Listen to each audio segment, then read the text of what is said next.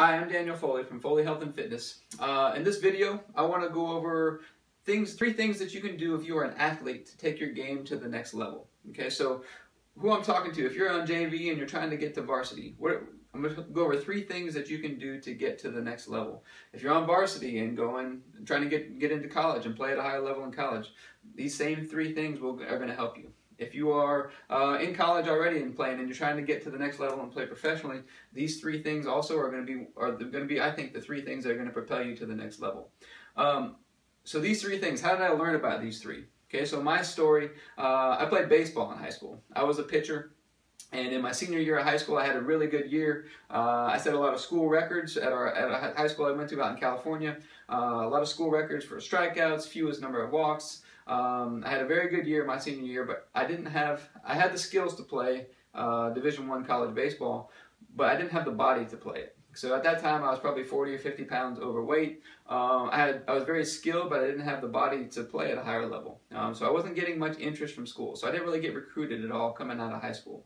So I ended up going to junior college out in California. So the junior college baseball out in California is very good for those of you who are not familiar with it. I ended up going to junior college, and I played a couple years there. And in my sophomore year, I started to apply these three things that I'm gonna go over with you, and it ended up making a huge difference for me. So that year, I ended up having a really good year again in my sophomore year of junior college. So I ended up being, if not leading, being one of the leaders in the whole state of California in almost every pitching category.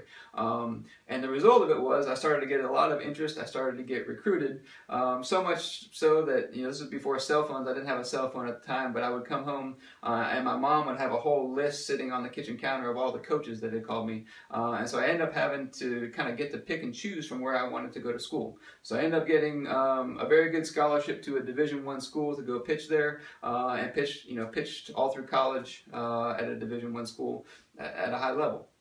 So that's kind of my story, and it was these three things that took me to that level. Okay, so the first one I want to go over is nutrition. So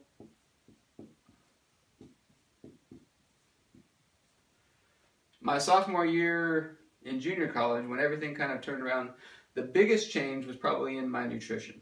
Okay, so I was taking a class on nutrition in one of the semesters that year, and one of the things they had us do was to write down everything we were eating, and we had to actually enter it into the computer. Okay, now these days there's a lot of apps, you can just enter it into your phone, it'll figure it out for you right away. Back then I had to enter it into the computer, and it took a while to get it all entered in. But as I started tracking my food and paying attention to what I was eating, I ended up losing about 40 or 50 pounds during that season. Okay, and I transformed my body just in that one season, that 1 year. But a lot of it had to do with nutrition. I started making some changes. Like, for example, we had gotten into the habit, a lot of the guys on the team, we would go eat fast food pretty regularly at lunchtime. And so I started packing my own lunch and would bring that instead of eating the fast food. And I started making a lot of changes in my nutrition. Now you might say, hey, I don't need to lose 40 or 50 pounds. I need to gain weight. Okay, well, I'm going to tell you the answer is still nutrition. So I had a couple of guys that I played with at the Division I level in college that they were underweight, and they needed to gain some weight to get to the next level. Both of them ended up playing professionally, and the biggest change they made is they had to change their nutrition to gain some weight. Okay, so you need to start tracking what you're eating and paying attention. Okay, so it's going to help you to get your body where you want it. After I played college baseball, I also coached college baseball for a few years. And changing our players' nutrition had a huge impact on their performance when they were actually playing as well. Okay, so a big reason why I actually had a better year, I think, that year and ended up getting a scholarship was because I changed my nutrition. It actually helped me to perform better. So we had a guy that I used to coach that every year or every game that he pitched, he would get to about the 6th or 7th inning, about 100 pitches for those of you who know baseball, and he would hit the wall. He would get tired. Well, we changed up his nutrition, and now he could pitch the whole game and not get tired, which had a huge impact for him and for our team as well. So number one is nutrition. You need to start paying attention to what you eat. You don't have to be perfect. I'm not going to say you're not going to eat some pizza or some fast food sometimes. You don't have to be perfect with it, but you need to start paying attention to it and making better choices with what you eat. It's going to have a big impact on your body and your performance in your sport. Okay. Number two, stretch. So that second year in junior college, one of the habits I developed was to start to stretch every night before I went to bed. This is probably one of the best things that I did. Every night before bed, I would take 10, 20, 30 minutes and just stretch, okay? So if you look at most professional athletes, they're typically pretty flexible, okay? So what happens when you get more flexible? Number one, you reduce your chances of injury, okay? And number two, you get your muscles more open and you're gonna develop the potential for more speed, okay? So as you get more flexible, you actually are gonna get faster, okay? So for a lot of people, the missing link to their speed development, whether it's throwing faster, running faster, swinging faster, whatever it may be, is actually flexibility, okay? So as you get more flexible, you can get into better positions and you can create more momentum and more speed, more velocity, okay? So this is one of the keys. So again, some of the guys that I played with that ended up playing in professional baseball, they put a big emphasis on stretching.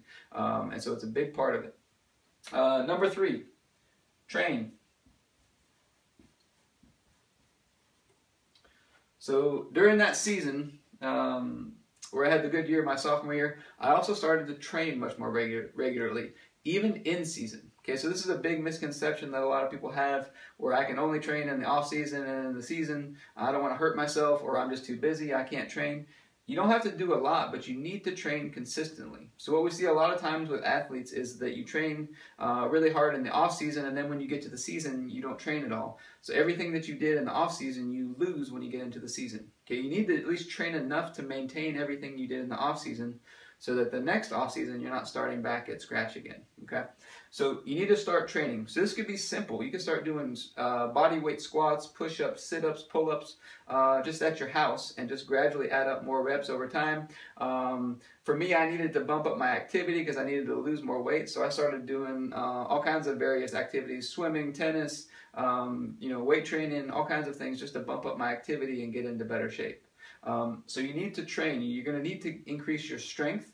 You're going to need to increase your muscle mass if you want to play at a higher level. Okay, so I always give the example, let's say you got a kid who's an 8th grader or a freshman in high school, and he really wants to play varsity football, let's say. Okay, well, if you're only 90 pounds or you're 100 pounds, it's going to be really hard for you to play varsity football. You might have the skills to do it, but you don't have the size to do it. Okay, so all these 3 things, the nutrition and the training especially, are going to help you to get your size up. If you need to lose weight, these 3 things are going to help you with that, or if you need to gain.